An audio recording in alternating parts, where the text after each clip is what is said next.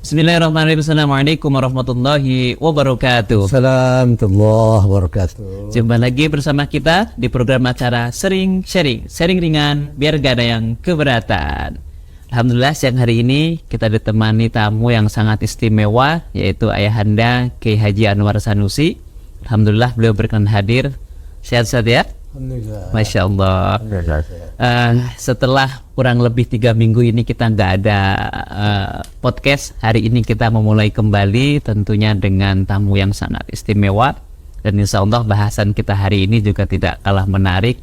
Jika kita menilik dari perjalanan dakwah beliau itu memang sangat luar biasa.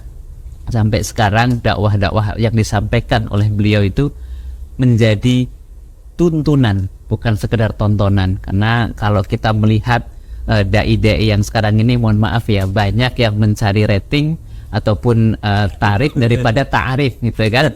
Jadi ini perlu mungkin kita luruskan bagaimana agar dakwah itu mendatangkan keberkahan Ayahanda.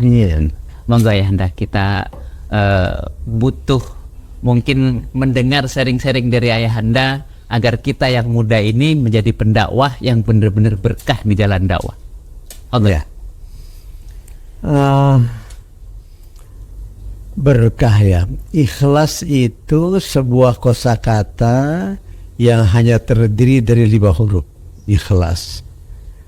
Mengucapkannya juga mudah, tetapi melakukannya hampir seberat memindahkan gunung barangkali. Berat sekali.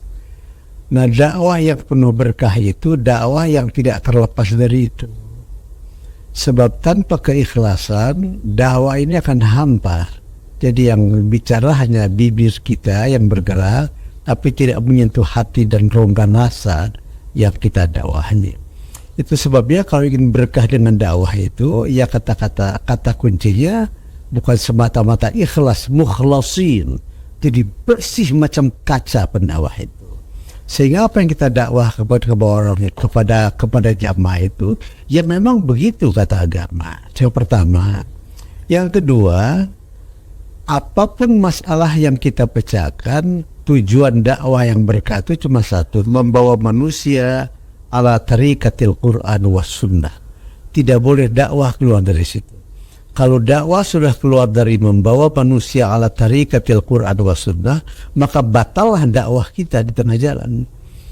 Kenapa banyak pendakwah yang suka berkata dia sibuk selagi muda, tapi kok sesudah tua dia kehilangan kesibukan dalam bidang dakwah? Mestinya pendakwah itu bertambah tua bertambah sibuk.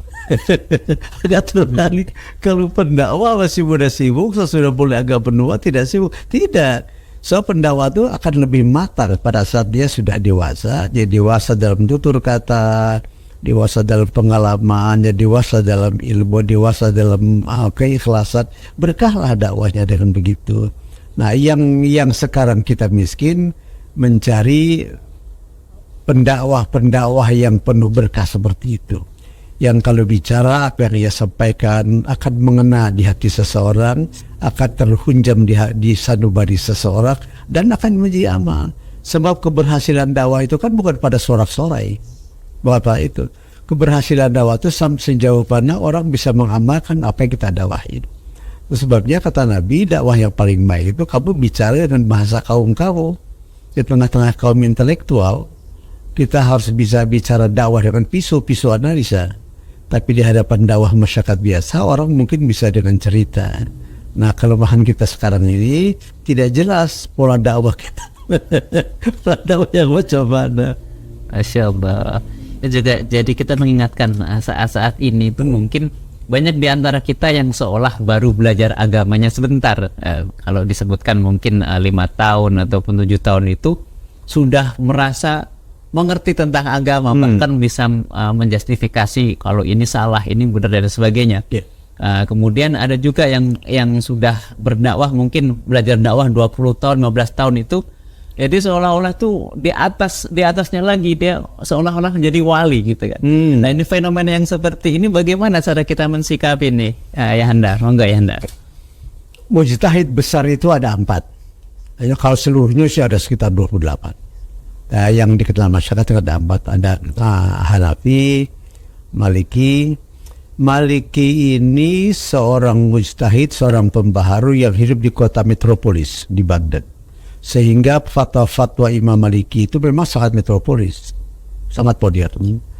Ada murid Maliki itu namanya Syafi'i yang membuat kitab dan Ar-Risalah. Itu orang yang paling moderat, imam yang paling moderat. Ada lagi di bawahnya Hambali.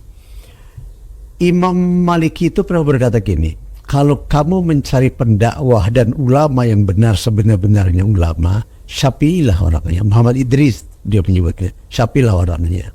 Begitu guru mau uji murid, Imam Syafi'i lain lagi jawabannya. Kata Imam Syafi'i, kalau agama itu adanya di bintang Mars dan Jupiter, satu-satunya orang yang bisa ngambil agama namanya Imam Maliki.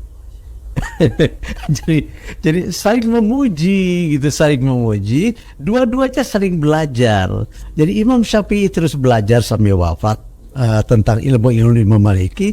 Imam Maliki belajar sampai wafat tentang ilmu Imam Syafi'i. Nah, ini barangkali yang kita miskin sekarang. Kita kalau sudah jadi pendakwah, kadang-kadang jangan pun begitu, belajar lagi pun tidak. Bapak sering melihat, malah empiris ya, kadang-kadang kita sedang berdakwah, seseorang sedang berdakwah, kita datang, kita naik mimbar, dia pulang. Kadang begitu, banyak terjadi hal semacam itu. Sederhana barangkali kata keterangannya, tapi itu ciri bagaimana para mubalik kita merasa kalau sudah sering ke atas mimbar dia sudah sempurna. Padahal tidak boleh begitu. Bapak agama cuma tahu aribata saja, nggak tahu apa-apa. Tapi dalam 1 bulan Bapak selalu menghilangkan waktu khutbah 1 kali Jumat. Itu untuk mendengarkan orang berkhutbah. Insyaallah. Pernah Bapak ditanya oleh adik-adik anak-anak sayangan Bapak di pesantren, kenapa Pak Kiai Pak Anwar gitu, kenapa kok yang sekali dikhususkan tidak khutbah? Bapak bilang, Bapak ini dakwah kayak warung Padang lah, jadi biarkan jangan cuma dihidangkan oleh orang Padang aja, sekali-kali Bapak yang menghidangkan. Sekali-kali Bapak ya jangan menikmati, jangan memberikan aja, Bapak juga ingin menikmati dong sekali-kali apa yang didakwakan. Dan ini catatan, saudara-saudara kita yang berdakwah zaman sekarang, Bapak merasa mereka jauh lebih intelektualitasnya lebih tinggi, lebih soleh, lebih alim, lebih tawadhu, lebih baik segala-galanya.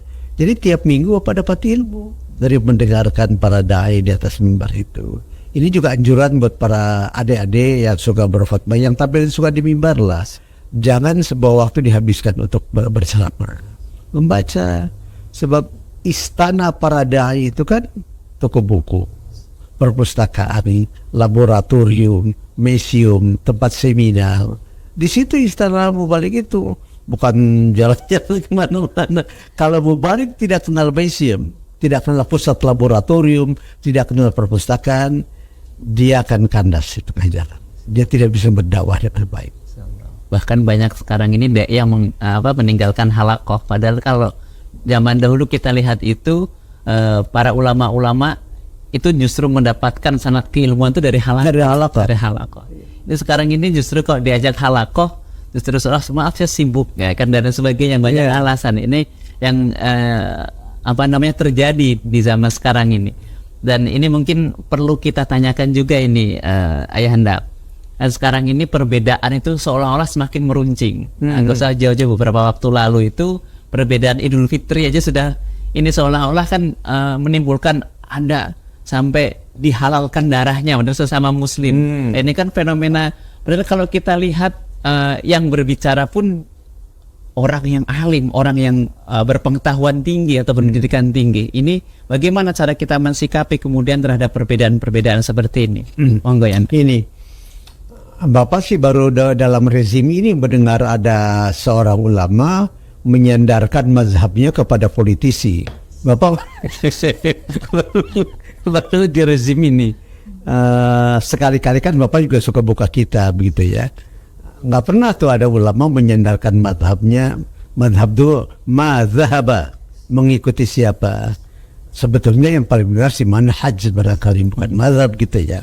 Mazhab kepada siapa dia mengikuti. Tapi kalau sampai kata-kata menghalalkan darahnya, nggak boleh ada kalimat-kalimat semacam itu.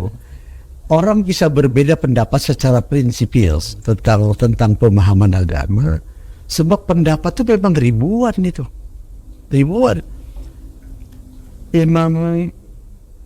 Imam Hanafi, Maliki, Syafi'i, Hambali. Bapak kira ijtihad beliau-beliau itu paling sedikit sekitar 3.807 perbedaan. Tapi semuanya saling memuliakan. Sekarang kok saling mengkafirkan, saling memurtadkan. Itu tidak dikenal dalam wawasan dakwah, tidak. Dalam dakwah harus saling memuliakan, saling menghormati, bahwa ada perbedaan itu sebuah keniscayaan. Jangan pun dalam hal-hal yang biasa, dalam mentafsirkan pemahaman agama. So, tafsir itu kan budaya. Al-Quran itu wahyu, pasti benar, dan dia berada pada puncak kebenaran. Tapi tafsir budaya, itu sebabnya tiap zaman akan berbeda tafsir itu, karena memang budaya. Karena pada bahasanya itu susah kita. Pakai bahasa apa? Seperti gini. Wal asri, innal wal asri. Selama ini diartikan demi waktu. Itu kalau kita kaji tafsir itu kayak begitu. Yang sebenarnya innal insana lafi khusrin. Khusrin dianggap merugi. Sebenarnya nggak begitu. Itu khusrin itu kan merugi secara total. Dalam apapun. Illa alladzina amanu sholihat tawassaw saya berwasiat menasihati. Tidak. Tawassaw itu kan pintu raksasa, pintu besar. Yang di dalamnya ada lapangan besar, ada buah-buah yang manis, bunga-bunga yang indah, angin sepoi basah, kemudian bunyi burung berkicau. Jadi dakwah yang benar itu dakwah yang membukakan pintu selebar-lebarnya, mengajak orang ke jalan kebaikan. Gitu. Tapi itu kan kenapa pernah kita bahas itu. Yang tawassul bil haq, tawassul bisar. Selama ini kita begitu saja.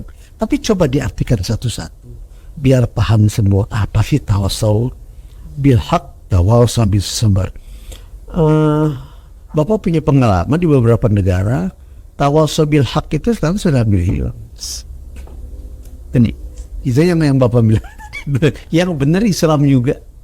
Kita mau kemana lari yang benar? Akhirnya Islam.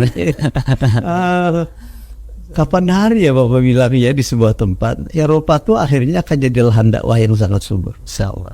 Makanya mestinya yang ikhlas, nanti berkah. Kita dakwah tuh kemana gitu. Orang merasa, oh begini Islam yang sebenarnya gitu. Banyak hal yang perlu kita perbaiki. Saat ini Bapak itu. Baik. Ya segitu aja ya. Baik, terakhir mungkin pesan untuk para pendakwah dan juga para pemirsa agar dalam dunia yang modern ini kita tetap terus istiqomah dalam dakwah. Nah, saudara-saudara, kepada adik-adik para pendakwah muda, jangan lupa belajar bersama-sama kita. Saya bisa juga belajar terus. Mari sama-sama kita belajar semuanya. Lalu kepada saudara-saudara kaum muslimin, muslimat, bapak-bapak, ibu-ibu, adik-adik saya yang baik-baik, saleh-saleh dimanapun berada, jangan lupa jaga ukhuwah sebaik-baiknya di dalam kehidupan kita bermasyarakat, dalam ajaran Islam. Ukhuwah, soal yang sangat pokok. Baca buku Ar-Raddu 'ala Dahriyin, Sanggahan terhadap Kapitalisme. Itu Dr. Mustafa Husni Al-Sibai membahas tentang ukhuwah luar biasa. Atau Al-Syirk Islam, tentang sosialisme Islam. Semuanya tentang ukhuwah. Sampai-sampai pensiun itu pun berkaitan dengan ukhuwah. Dr. Mustafa Husni Al-Sibai menjelaskan dalam kitabnya. Ya, sama-sama kita belajar sungguh-sungguh dan kita jaga ukhuwah sebaik-baiknya. Demikian saudara-saudara, demikian. Baik, jazakallah khair ya Anda telah meluangkan waktunya. Hari ini sangat luar biasa sekali dapat kita ambil kesimpulan bahwa jangan hanya kita belajar ataupun pandai bicara tetapi lupa belajar mendengarkan. Itu satu hal yang sangat luar biasa. Dan meskipun kita berbeda pendapat dan juga pendapatan, akan tetapi dalam dakwah kita juga harus tetap dengan penuh keikhlasan. Demikian, mudah-mudahan sering-sering kita pada program hari ini senantiasa mendapatkan rahmat dari Allah Subhanahu wa taala. Dan mudah-mudahan channel ini terus berkembang, tetap di sharing ringan biar nggak ada yang keberatan. Assalamualaikum warahmatullahi wabarakatuh. Waalaikumsalam warahmatullahi wabarakatuh. Insyaallah.